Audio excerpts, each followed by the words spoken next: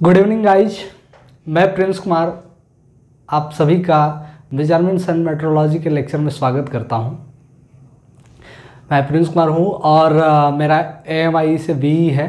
अभी मैं फ़िलहाल DRDO में काम करता हूं और इससे पहले BARC में था।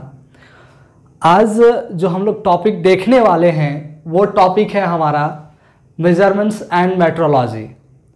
और मेजरमेंट्स एंड मेट्रोलॉजी का आज हम लोग पूरे सिलेबस का ओवरव्यू करने वाले हैं। किस तरीके से हम लोग पढ़ेंगे उसके बारे में देखने वाले हैं और आगे हमें क्या क्या पढ़ना है इसके बारे में हम जानेंगे। इसमें मैं आपको एक बात बता दूं कि सबसे पहले हम लोग जो है वो पढ़ेंगे कैसे, एज पर SPT सिलेबस पढ़ेंगे, ठीक है। और ये आपके लिए एकेडमिक तो इम्पोर्टेंस है ही, साथ साथ क्या है, कंपटीशन पॉइंट ऑफ व्यू से भी बहुत ज़्यादा इम्पोर्टेंस है। तो इसलिए हम लोग इसका प्रिपरेशन ऐसे करेंगे कि वो आपका कंपटीशन में भी काम आए, ठीक है। क्योंकि मैक्सिमम कंपटीशंस में मैंने देखा है like ISRO, DRDO, DMRC and BARC, NTPC, SAIL, BHEL etcetera other PSUs companies जो है उन सब में क्या होता है कि डायरेक्ट क्वेश्चंस आते हैं मेट्रोलॉजी से, ठीक है। और क्या है कि उसके साथ साथ क्या है कि जब इंटरव्यू होता है या स्किल टेस्ट होता है तो वहाँ पर आपको ऐसे इंस्ट्रूमेंट्स इस्तेमाल के लिए दिए जाएंगे जो कि हम लोग इसमें पढ़ेंगे। तो ये हमारा क्या है, कंपटीशन पॉइंट ऑफ व्यू से भी बहुत ही ज़्यादा इम्पॉर्टेंट है और हम लोग इसको कंप्लीट करने वाले हैं with as a academic view and as a competition, ताकि आपको दोबारा मेहनत ना करना पड़े, ठीक है ना।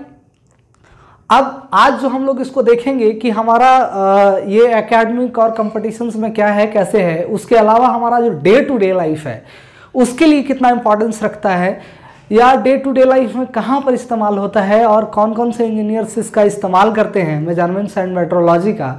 तो आज हम उसके बारे में चर्चा करेंगे और थोड़ा इसका हिस्ट्री देखेंगे।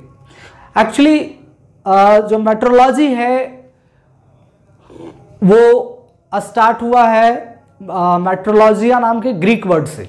किससे? मेट्रोलॉजिया नाम के ग्रीक वर्ड से, जिसका मतलब होता है साइंस ऑफ मेजरमेंट। यह मेजरमेंट का साइंस है जिसमें हम लोग मेजरमेंट्स के बारे में पढ़ते हैं, ठीक है। और पहले ज़माने में क्या था कि इसके स्टैंडर्ड्स पैमाने नहीं होते थे। हम लोग कभी हाथ से तो कभी किसी पात्र से मेजर करते थे, बट अब क्या है कि सबका इसका अलग अलग स्टैंडर्ड्स हो गए हैं और ये सारे इंजीनियर्स के लिए ज़रूरी होता है, चाहे वो इलेक्ट्रिकल हो, मैकेनिकल हो, सिविल हो, इलेक्ट्रॉनिक्स हो, ऑटोमोबाइल हो, चाहे वो कोई भी इंजीनियर्स हो। क्यों? क्योंकि मेजरमेंट्स जो है कहीं ना कहीं हर एक क्वांटिटी, जैसे लाइक हम लोग मैकेनिकल हैं तो मैकेनिकल में क्या करते हैं, जनरली फोर्स, लेंथ, फोर्स के लिए भी मेजरमेंट करते हैं, टॉर्क या प्रेशर्स का मेजरमेंट करते हैं, लेंथ का मेजरमेंट करते हैं, विड्थ, हाइट, ठीक है। ये जो कंपोनेंट्स बनाते हैं उससे रिलेटेड जो डायमेंशन होता है या उसके जो ज्योमेट्री होते हैं, जो ज्योमेट्रिकल पैरामीटर्स होते हैं, उन सब का हम लोग क्या करते हैं, इंस्पेक्शन करते हैं। तो ये हमारे लिए ज़रूरी हो जाता है। इलेक्ट्रिकल्स की बात करें तो इलेक्ट्रिकल्स में क्या है, करंट्स है, जनरली करंट्स की बात होती है, वोल्टेज की बात होती है, तो करंट और वोल्टेज का मेजरमेंट्स करते हैं। उसी तरीके से अदर ब्रांचेस के भी अपने अपने पैरामीटर्स हैं, ठीक है, जहाँ पर कि हम लोग मेजरमेंट्स करते हैं। और डे टू डे लाइफ की मैं बात करूं, ठीक है, तो आप इधर सब्जी खरीदने जाओ या किसी ग्रॉसरी स्टोर पे जाओ, ठीक है, तो कोई भी आप सामान खरीदते हो, मटेरियल्स खरीदते हो, तो क्या करता है, या तो वो काउंट करेगा या वो मेजर वेट करेगा, मतलब वेट मेजरमेंट्स करेगा, ठीक है। या आप कपड़े दुकान पर जाते हो तो क्या करता है, कपड़ों का लेंथ मेजर करता है, that is the length measurement, ठीक है। तो इस तरीके से क्या है कि ये हमारा कहीं ना कहीं डे टू डे लाइफ में भी इन्वॉल्व है, हमारे प्रोफेशनल्स में तो है ही, उसके साथ साथ क्या है, डे टू डे लाइफ में इंपॉर्टेंट है। और इसको स्टार्ट करने से पहले मैं आपको एक बात और क्लियर कर दूं कि मैं आपको हर एक यूनिट ख़त्म होने के बाद उसका PDF आपको ऐप में चला जाएगा। आप वहाँ से ऐप PDF डाउनलोड करके आप नोट्स बना सकते हैं। हालांकि स्पेशली रूप से मैं ये कहूँगा कि आप लेक्चर्स के दौरान वीडियो को पॉज करके आप नोट्स बनाइए, क्योंकि ये आपके लिए बेहतर होगा। देन आप जो वो नोट्स देख करके कॉपी करेंगे, और बाकी आपकी अपनी सुटेबिलिटी के अकॉर्डिंग आप देख लीजिए, आपको जैसा बेहतर लगता है उसके अकॉर्डिंग आप कीजिए। उसके साथ ही क्या है कि हर यूनिट के एंड में हम लोग इंपॉर्टेंट क्वेश्चंस जो या तो किसी कंपटीशन एग्जामिनेशन में पूछे जा चुके हैं या आपके एकेडमिक पॉइंट ऑफ व्यू से जो है इंपॉर्टेंस है, वो सारे क्वेश्चंस का हम लोग डिस्कशन करेंगे, ठीक है। और बीच बीच में हम लोग क्या करेंगे कि कुछ ऑब्जेक्टिव क्वेश्चंस देखेंगे जो कि कंपटीशन में पूछे जा चुके होंगे, ठीक है, या फिर आपके एकेडमिक्स में वो क्वेश्चंस जो इंपॉर्टेंस लगेगा कि हाँ ये पूछा जा सकता है, वैसे क्वेश्चंस को हम लोग डिस्कस करेंगे, ठीक है ना। तो चलिए, अच्छा वन मोर थिंग्स, अब हम लोग देखते हैं कि ये हम पढ़ना इंपॉर्टेंस क्यों है, पढ़ना क्यों जरूरी है, खास करके एक मैकेनिकल इंजीनियर्स के लिए। तो एक बात हमेशा याद रखना बाबू कि किसी भी प्रोडक्शंस में आप कोई भी प्रोडक्ट बनाते हो तो उसके रॉ मटेरियल से ही टेस्टिंग स्टार्ट हो जाते हैं, इंस्पेक्शन स्टार्ट हो जाते हैं। तो ये अगर आपको पता है इंस्पेक्शंस, आपको मेट्रोलॉजी नहीं पता है तो आप इंस्पेक्शन कैसे करोगे, मेजरमेंट्स आपको नहीं पता है तो आप इंस्पेक्शन कैसे करोगे। कोई भी आप कंपोनेंट बनाते हो तो उसके रॉ प्रोडक्ट से लेकर के हम लोग फाइनल प्रोडक्ट तक हम लोग मेजर करते हैं। क्यों करते हैं? रॉ प्रोडक्ट्स इसलिए करते हैं क्योंकि हमारी रिक्वायरमेंट्स क्या है, क्या इतने रॉ प्रोडक्ट्स में या रॉ मटेरियल्स जो है वो हमारा सही है या नहीं है। फाइनल प्रोडक्ट्स को करते हैं कि हमें जो चाहिए था वो हमारे स्टैंडर्ड्स के अकॉर्डिंग स्पेसिफिक फिट है या नहीं है, ये सारी चीज़ें हैं। और क्या है कि आप जब इस सब्जेक्ट को पढ़ेंगे, ठीक है, तो ये सब्जेक्ट बहुत ही अच्छा है। और इस सब्जेक्ट से अगर आप कहीं जॉब में जाते हैं तो मैं इतना तो डेफिनेटली कहूँगा कि आपको एक एयर कंडीशनड माहौल मिलेगा जब आप एक मेट्रोलॉजिस्ट बनेंगे। तो गवर्नमेंट ऑर्गेनाइजेशन में या प्राइवेट ऑर्गेनाइजेशन में, गवर्नमेंट में जाते हैं तब तो ठीक है, प्राइवेट में जाते हैं तब भी आपकी जो सैलरी है वो मिनिमम आफ्टर 1 ईयर एक्सपीरियंस, ठीक है, 35K रहेगा, 30 to 35K रहेगा। और यदि मान लेते हैं कि आप न्यूली है तो 18 to 22K मान सकते हैं जब आपका एक्सपीरियंस ना हो इस थ्योरी के अलावा, ठीक है। तो ये 1 साल के बाद मतलब अच्छा खासा ग्रोथ भी है और आपको एक अच्छा माहौल मिलेगा। और आपको तो पता ही है कि मैकेनिकल वाले जनरली कहाँ काम करते हैं, वर्कशॉप में, और वर्कशॉप में क्या सिनारियो होता है ये आप अच्छे तरीके से जानते हैं, ठीक है। तो ये आपको क्यों पढ़ना इंपॉर्टेंस है आप खुद समझ लीजिए, आप समझदार हो, ठीक है। तो चलिए आते हैं हम लोग टॉपिक पर। सबसे पहला है हमारा इंट्रोडक्शन। तो इंट्रोडक्शन में हम लोग क्या पढ़ेंगे बाबू, क्या होगा इंट्रोडक्शन में? इंट्रोडक्शन में हम लोग पढ़ेंगे मेजरमेंट्स क्या होते हैं, मेट्रोलॉजी क्या है, उसके सिग्निफिकेंस क्या है, इंपॉर्टेंस क्या है, या कोई भी जो हमारा मेजरिंग इंस्ट्रूमेंट्स है उसका हम लोग सिलेक्शन कैसे करेंगे, किस आधार पे करेंगे। अब ऐसा ना हो कि हमें लेंथ मेजरमेंट करना है और वर्नियर कैलिपर के जगह हम वोल्ट मीटर लेकर के आ गए, ठीक है, तो इस तरीके से, या मल्टीमीटर लेकर के आ गए तो तब तो हम लोग मेजरमेंट नहीं कर पाएंगे। तो इसके लिए जरूरी है कि हम लोग इंस्ट्रूमेंट का सिलेक्शन करें। तो आखिर कौन कौन से फैक्टर्स हैं जो इंस्ट्रूमेंट को सेलेक्ट करने में हमारा मदद करेगा, और क्या है कि उस इंस्ट्रूमेंट्स में जो रिलेटेड टर्मिनोलॉजी है like accuracy, precision, range, sensitivity, इन सब के बारे में देखेंगे। एरर क्या होता है, उसका कौन कौन सा एरर है, सिस्टमैटिक एरर क्या है, रैंडम एरर क्या है, इन सब के बारे में हम लोग देखेंगे किसमें, इंट्रोडक्शन में। नेक्स्ट है हमारा मेजरिंग इंस्ट्रूमेंट्स। मेजरिंग इंस्ट्रूमेंट्स में हमें देखना क्या है कि थ्रेड मेजरमेंट्स हम लोग कर रहे हैं, तो थ्रेड गेज क्या है, कैसे है, उसके बारे में हम लोग देखें। उसके अलावा क्या है, जैसे एंगुलर मेजरमेंट्स करते हैं तो साइन बार, व्हील प्रोटेक्टर, क्लिनोमीटर्स, इन सब के बारे में देखेंगे। और क्या है, लीनियर मेजरमेंट्स कर रहे हैं तो वर्नियर कैलिपर क्या होता है, माइक्रोमीटर्स क्या होता है, उसके बारे में हम लोग डिटेल से देखेंगे। या उससे रिलेटेड जो टर्मिनोलॉजी है जैसे लिस्ट काउंट क्या होता है, उन सब के बारे में देखेंगे, या उनका एक्यूरेसी क्या होगा, इन सब के बारे में हम लोग डिटेल से चर्चा करेंगे, ठीक है। उसके बाद आता है हमारा surface finish.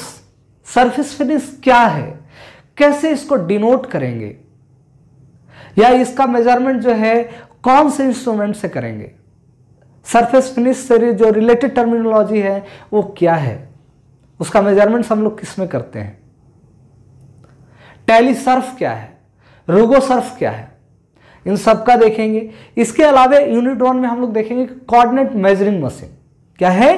Coordinate measuring machine एक यूनिवर्सल मशीन जो कि कहीं भी क्वालिटी कंट्रोल्स या जहां पे इंस्पेक्शंस होता है वहां पे इस्तेमाल होता है, जो हर तरीके का मेजरमेंट्स करने में सक्षम है। उसके बारे में देखेंगे, चर्चा करेंगे, उसके क्लासिफिकेशंस देखेंगे, किस किस टाइप्स के होते हैं और कैसे होता है, उन सब के बारे में चर्चा करेंगे हम लोग। उसके बाद होता है हमारा यूनिट 2 स्टार्ट। यूनिट 2 में हम लोग क्या देखेंगे, transducers and strain gauge.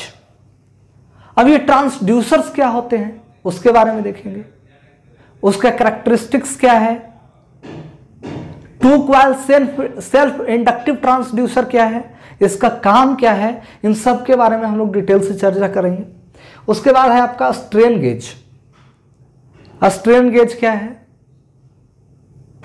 Strain रोसेट्स क्या है, स्ट्रेन रोसेट्स 2 एलिमेंट्स 3 एलिमेंट्स क्या है, इनके माउंटिंग्स कैसे हम लोग करते हैं उसके बारे में देखेंगे, या स्ट्रेन गेज से हम लोग क्या मेजरमेंट्स करेंगे, स्ट्रेन गेज कितना इंपॉर्टेंट है, इन सब के बारे में देखेंगे।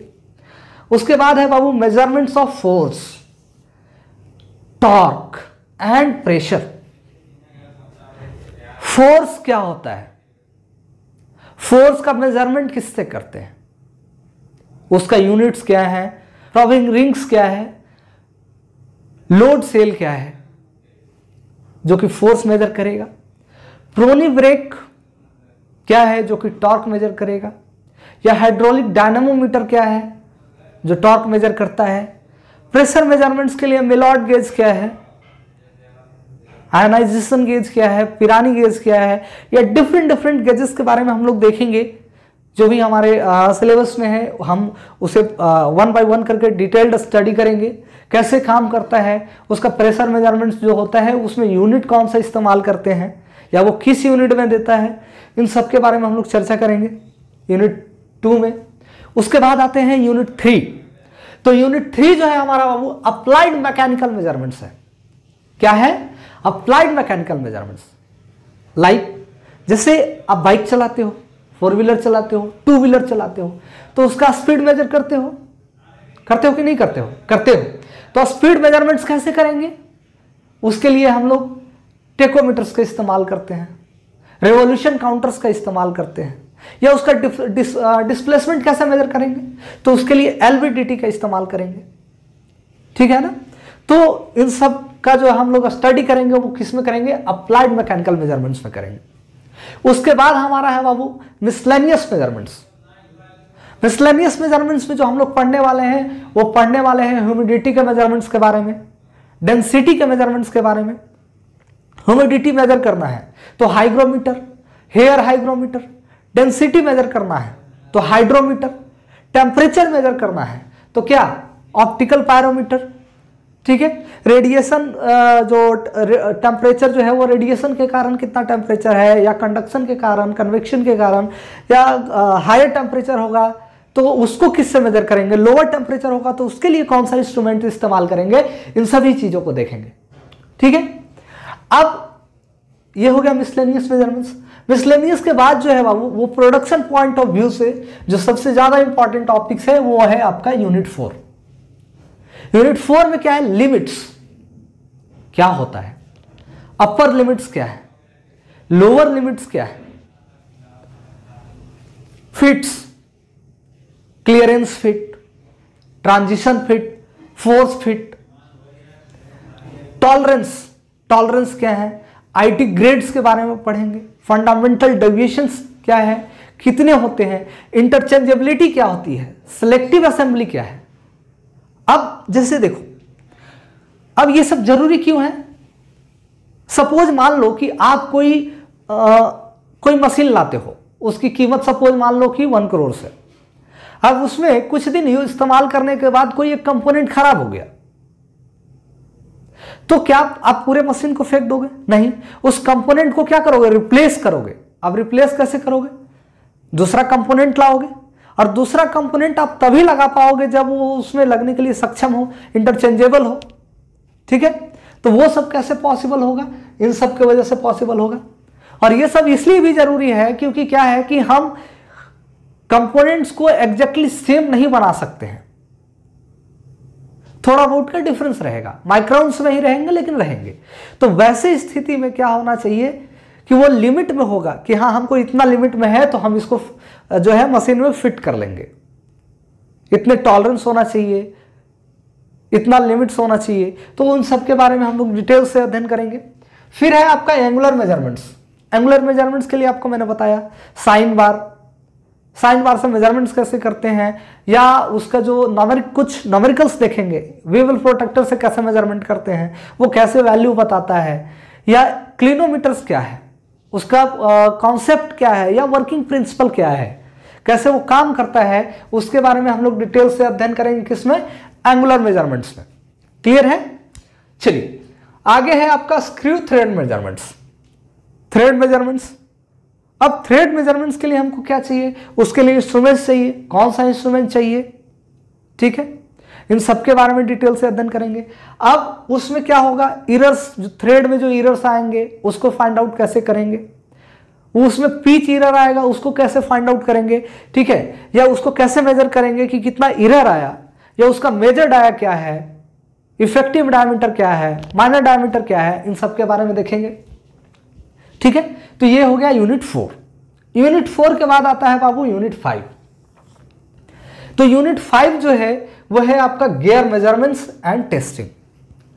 गियर मेजरमेंट्स, इसका किसी भी गियर्स का हम लोग फंक्शनल और एनालिटिकल टेस्टिंग करते हैं।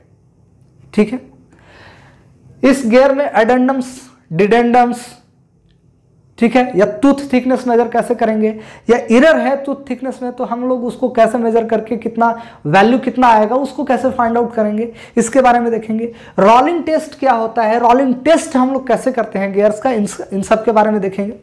ठीक है, उसके बाद जो है हमारा इंपॉर्टेंट टॉपिक है मशीन टूल टेस्टिंग। अब एक बात बताओ, आप सारा कंपोनेंट्स बना रहे हो, किससे बना रहे हो? किसी मशीन के थ्रू, और उस मशीन में क्या लगा हुआ है? टूल्स लगा हुआ है। अब सपोज मान लो कि वो टूल्स ही आपका खराब है, किसी तरीके का एरर है, तो क्या कंपोनेंट सही बना पाएगा? वो नहीं बना पाएगा। तो उसके लिए हमारे लिए क्या जरूरी है कि हम टूल्स को सही रखें। टूल्स में पैरेललिज्म, स्ट्रेटनेस, कोएक्सियलिटी, तो इन सबको हम लोग चेक करेंगे। ठीक है, और कैसे चेक करेंगे इसके बारे में हम लोग देखेंगे, या एक्सियलिटी, पैरेललिज्म्स क्या होते हैं इसके बारे में समझेंगे। ठीक है, तो ये है हमारा ओवरऑल मेजरमेंट्स एंड मेट्रोलॉजी। ठीक है, और मेजरमेंट्स एंड मेट्रोलॉजी आपको पढ़ने से सबसे जो इंपॉर्टेंस फायदा होने वाला है, आप यदि पढ़ते हैं इसका थोड़ा आपका प्रैक्टिकल नॉलेज हो जाता है। ठीक है, तो वो प्रैक्टिकल नॉलेज आपको एक बेटर लाइफ दे सकता है, या एक बेटर वर्किंग कल्चर और वर्किंग ऑफिस दे सकता है आपको। ठीक है, जब आप एक मेट्रोलॉजिस्ट बनेंगे ना, ठीक है, तो आपका जो केबिन होगा वो फुल्ली एयर कंडीशनड होगा 20 डिग्री सेल्सियस पे। ठीक है,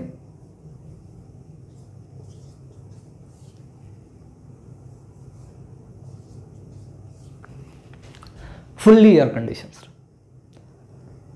अदरवाइज यदि आप ये सोचते हैं कि ठीक है कोई नहीं बस पास कर लेना है, तो फिर ये पोर्शन आपका वीक रहेगा और फिर वही आपका वर्कशॉप।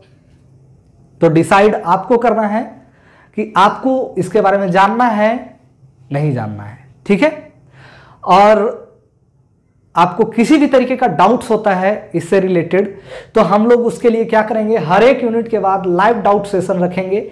हम लोग लाइव आएंगे और लाइव उस डाउट का सॉल्यूशन करेंगे, उसके बारे में डिस्कस करेंगे। कभी टाइम मिला तो हम लोग सेंटर्स पे जो अपना इंस्टीट्यूशन है उस सेंटर पे ऑफलाइन भी आएंगे और ऑफलाइन डिस्कस करेंगे। इसके अलावा और यदि आपको कोई अगर डाउट्स होता है तो मेरा व्हाट्सएप नंबर आपको मिल जाएगा ऑफिस से, और आप वहाँ से मुझे मैसेज कर सकते हैं डाउट्स, व्हाट्सएप कर सकते हैं, और किसी भी तरीके का प्रॉब्लम्स हो, ठीक है, आप कॉल कर सकते हैं।